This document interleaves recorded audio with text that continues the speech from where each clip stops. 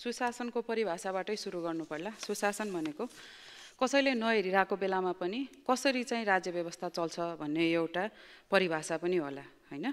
कानुनको छडीले सबैलाई लाइनमा राख्ने कुरा अर्को होला।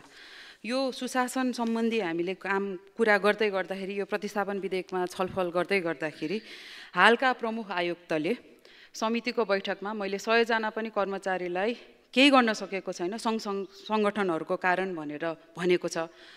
उहाँहरूलाई सपोर्ट गर्ने र भ्रष्टाचार गर्ने मान्छेहरूलाई कर्मचारी होस् जोसुकै होस् लाई कानुनको कठघरामा उभ्याउनको लागि पनि यो विधेयकले कतै छोएको छैन र चाहिने विधेयकहरू समितिमा अड्किरहेको छ पनि भन्न चाहे। त्यसपछि यो विधेयकमा छलफल गर्दै गर्दाखेरि मेरो संशोधनहरू एकदम स्पष्ट छन्। मान्य मन्त्रीज्यूले पढ्नु पनि भयो होला। अध्यादेश आइसकेपछि कतिजना कर्मचारीलाई चाहिँ नि 7 दिनभित्र काम गरेन भनेर कारबाही गर्नुभयो।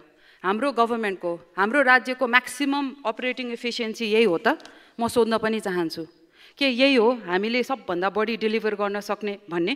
कतिजना कर्मचारीलाई कारबाही गर्नुभयो? यही सुशासन ऐन अन्तर्गत नै नागरिक बडापत्र जसले चाहिँ नि यति दिनमा यो काम हुन्छ भनेर भनेको छ कतिजनालाई अहिलेसम्म कारबाही गर्नुभयो। र पहिलो यो मैले प्रश्न पनि सोधेको थिएँ यो नागरिक एपलाई संस्थागत गर्दै गर्दाखेरि रोकिन्छ पहिलाका जनप्रतिनिधि र कर्मचारीहरू मिलेर अनियमितता गरे भने त्यसमा पनि मेरो प्रश्न थियो कतिजनालाई चाहिँ कारबाही गर्नुभयो?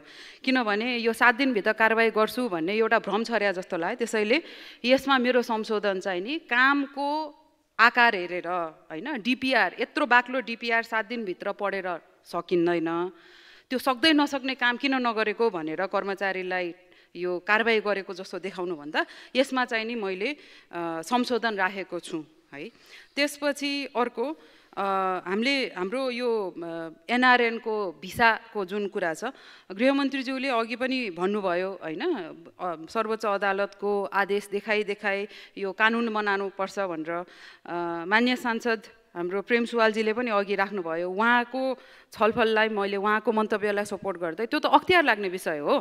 कानुन छैन भने त अहिलेसम्म दिनै पाउँदैन। त्यो त रोकेर यो अडिटर जेनरलले जफत गर्नुपर्ने कुरा हो। त्यसमा पनि मैले ध्यान आकर्षण गराएँ र सर्वोच्च अदालतकै यो आदेश अनुहार देखाएर यो कानुन चाहिया हो भनेर भन्ने हो भने प्रवासमा रहेका नेपालीहरूको मताधिकार सुरक्षित गर यो कार्यान्वयन गर भनेर सर्वोच्चले त धेरैचोटि भनेको छ। अनि खै त त्यसमा चाहिने सुशासनको कानुन के त्यसमा चाहिँ सुशासन लागू हुँदैन र? त्यसकारण यो एनआरएन को जुन एनआरएन सिटिजनशिप संविधानले नै दिइसकेपछि यसमा भिसा लाउनु पर्ने भनेको त यो विरोधाभास भयो। यो दफा खारेज गर्नुपर्छ भनेर मैले त्यो संशोधन राखेको छु। नागरिक एप यो मैले पहिला पनि भनेको जबसम्म हाम्रो डेटा हाम्रो तथ्याङ्क हाम्रो पिआइआई पर्सनली आइडेन्टिफाएबल इन्फर्मेसन पिआइआई भनिन्छ त्यसलाई सुनिश्चित त्यसको सेक्युरिटी त्यो कहाँ स्टोर हुन्छ कसले त्यसमा एक्सेस दिन्छ प्रधानमन्त्री हुँदैमा हाम्रो सबै व्यक्तिगत कुरा हेर्नु मिल्ने हो कि होइन त हैन? जबसम्म त्यसको लागि हामीले फाउन्डेसन तयार गर्दैनौँ त्यति बेलासम्म यो नागरिक एपलाई संस्थागत गर्ने भनेको चाहिँ नि हाम्रो डेटामा नेपालीहरूको डेटामा चाहिँ नि एउटा ह्याकरलाई आनन्दले सबै झन् एउटा ठाउँमा ल्याएर ल ह्याक गर भन्नको लागि सुनिश्चित गरिदिया जस्तो हुन्छ। अहिले पनि तपाईँले कुरा गर्नुहुन्छ भने सिआइबीसँग अथवा एथिकल ह्याकिङ गराउन भन्दाखेरि मान्छे मान्दैनन्। हाम्रो डेटा सेक्योर कति छ? हाम्रो वेबसाइटहरू कति सेक्योर छैनन्।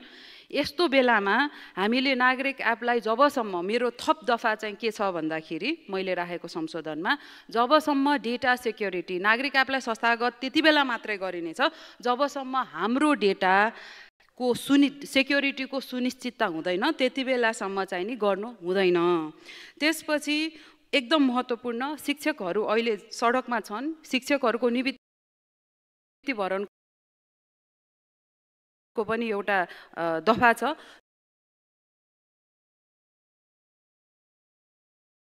त्यो चाहिँ नि मैले मान्यज्यूलाई सोध्न चाहे किनभने